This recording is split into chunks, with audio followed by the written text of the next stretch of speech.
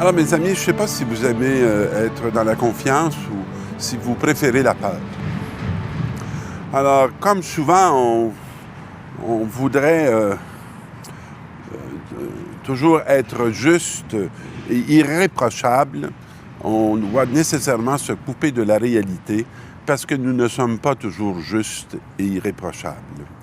Et c'est ce que nous appelons dans l'expérience chrétienne la réalité du péché. Dieu ne nous condamne pas parce que nous sommes pécheurs.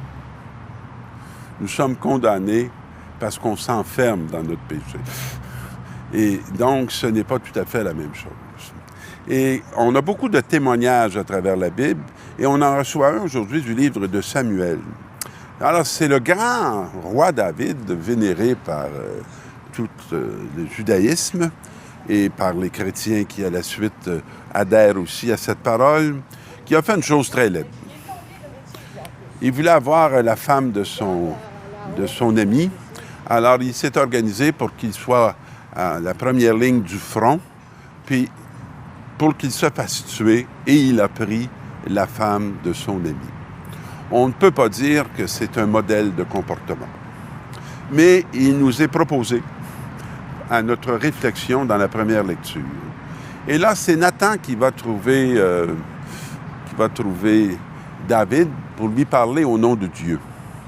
Et ce qui pouvait cacher à beaucoup de monde, il ne pouvait pas le cacher à Dieu. Et ce qui est très fatigant, c'est que ce fameux Dieu, il n'est jamais vraiment à l'extérieur de nous. Il est au plus profond de nous. C'est notre conscience première.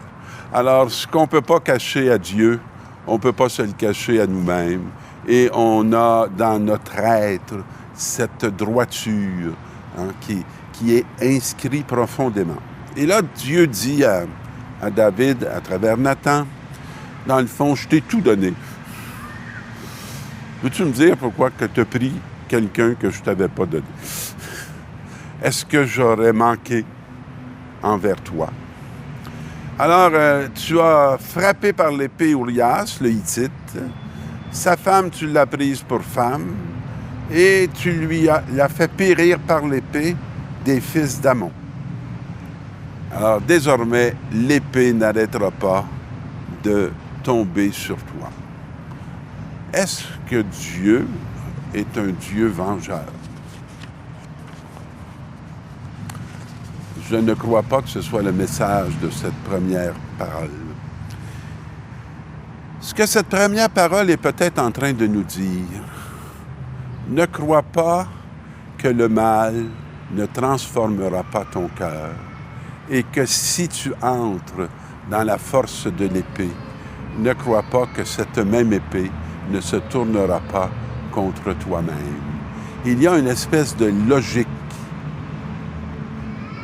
qui appartient au mal et que Jésus-Christ va venir abolir.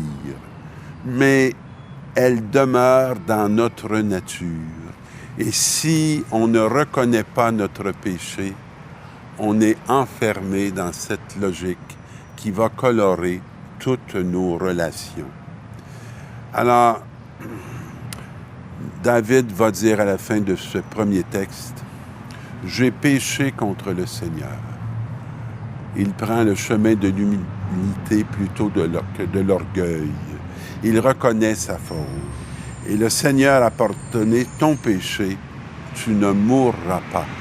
Et ce n'est pas parce qu'il ne mourra pas qu'il ne devra pas faire face à l'épreuve de ces morts engendrées dans lesquelles il devra traverser en se laissant convertir. Dans la deuxième lecture, ça reprend beaucoup un thème qu'on avait dimanche dernier. Ce n'est pas en observant la loi que l'homme devient juste devant Dieu. Mes amis, ça serait si facile que ce soit mathématique, qu'il suffirait de faire ci, de faire ça, pour devenir une très bonne personne. Mais ce n'est pas comme ça que ça fonctionne. Ce n'est qu'une étape. De connaître et de faire la différence entre le bien et le mal, ça ne veut pas dire que nous n'entrerons pas dans le mal. Ça veut juste dire qu'on pourrait savoir qu'est-ce qui doit être fait et qu'on ne le fait pas. Ça pourrait dire qu'on l'a fait, mais qu'on n'est pas arrivé au bout du chemin. Vous savez, on peut avoir des comportements, des attitudes envers notre épouse, savoir qu'il faut lui dire un beau bonjour, avoir le sourire le matin, lui apporter des fleurs pour la rassurer, puis apporter ci, puis faire ça, puis avoir tout le comportement de l'homme extérieur. Mais si dans notre cœur, on ne l'aime pas, ça ne donne pas la vie, ça donne la sécheresse et le désert. Alors, qu'est-ce que nous dit la parole? C'est pourquoi nous avons cru en Jésus-Christ pour devenir des justes par la foi au Christ. Mais croire en Jésus-Christ, c'est assez fatigant, parce que c'est se livrer, se déposséder, se donner. Pas se composer une image, comme ces personnes qui ont l'air si charitables, mais qui, par leur charité, ne veulent que se faire valoir et se faire reconnaître par une apparence qui, souvent, est bien trompeuse. Alors, grâce à la loi qui a fait mourir le Christ, entre parenthèses, c'est intéressant de s'en souvenir, j'ai fixé, avec le Christ, je suis fixé à la croix. Il n'y a plus d'image qui tient. Si vous voyez Jésus sur la croix, c'était pour l'époque un signe de malédiction de Dieu. Ça donnait aucune reconnaissance sociale que d'être crucifié. Ça n'avait pas du tout l'air d'une victoire. Ça avait toutes les apparences d'un échec et ça portait un jugement sur l'être qui y était cloué comme étant un renégat. Alors, grâce au Christ, je suis fixé à la croix. Je vis, mais ce n'est plus moi. Mais c'est le Christ qui vit en moi.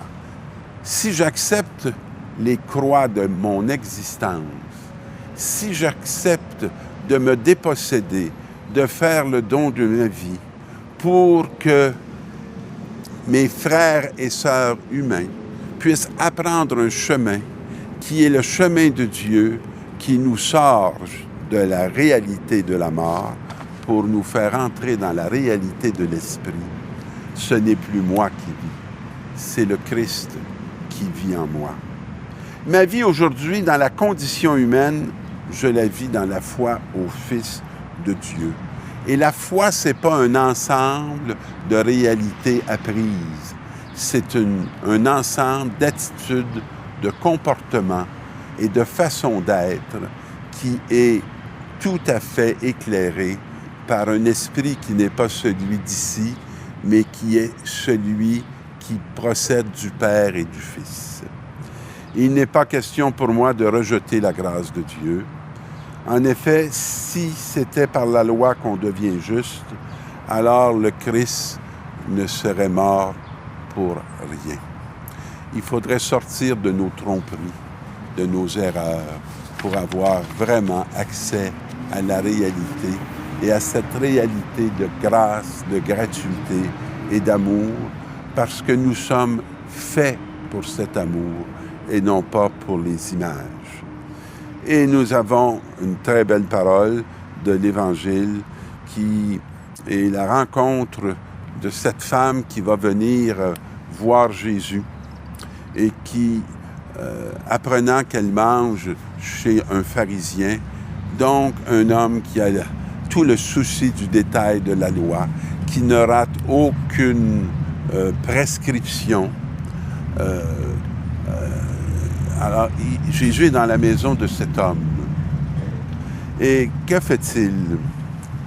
Alors, cette femme, elle apporte un vase précieux plein de parfums.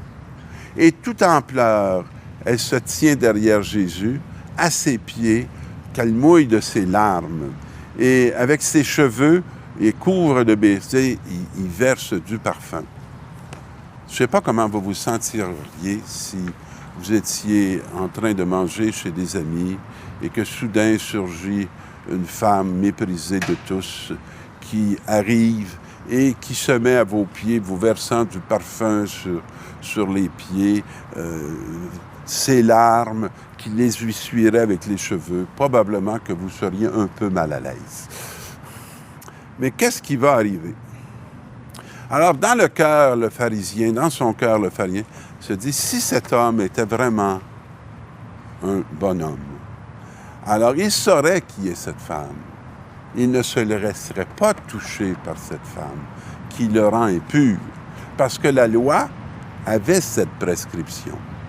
Et donc, mettant en premier dans son cœur la loi, de ce cœur, le jugement va jaillir. Et là, si vous ne voulez pas déranger personne et que vous faites la bonne lecture de ce qu'il y a dans le cœur de l'autre, alors vous allez vous taire et vous allez espérer la fin du repas pour pouvoir vous libérer de ce temps de tension insupportable. Mais Jésus va prendre la parole et va faire venir au grand jour ce qui est caché. Et va conter cette parabole à ce pharisien qu'il ne méprisera pas, avec lequel il va entrer en dialogue. Et un créancier avait 2 débiteurs, le premier lui devant quelques sous, un autre lui devant une infinité de sous, et il va remettre aux 2 leur dette. Et pose la question, lequel des 2 va aimer davantage le maître? C'est évidemment celui à qui il a remis le plus. Jésus est en train de remettre à la femme qui doit beaucoup à Dieu par ses attitudes, ses comportements et sa vie de pécheresse. Il est devant un autre qui doit probablement moins. Il a tellement respecté beaucoup de prescriptions, mais qui est fermé à la miséricorde alors que l'autre est ouverte. Alors, il va lui faire la vérité. Et il va dire, je suis entré, tu ne m'as pas lavé les mains, tu n'as pas fait ci, tu n'as pas fait ça. Et ce n'est pas un reproche. Je te remets comme je lui remets. Pouvons-nous entrer dans cette foi qui justifie, non pas par le jugement et la condamnation, mais qui justifie par la remise et par la miséricorde. C'est ce qui va nous donner de pouvoir être des vivants, debout, dans la grâce de Dieu et la grâce du don de chacun de nos frères et sœurs. Bonne expérience de miséricorde, mes amis.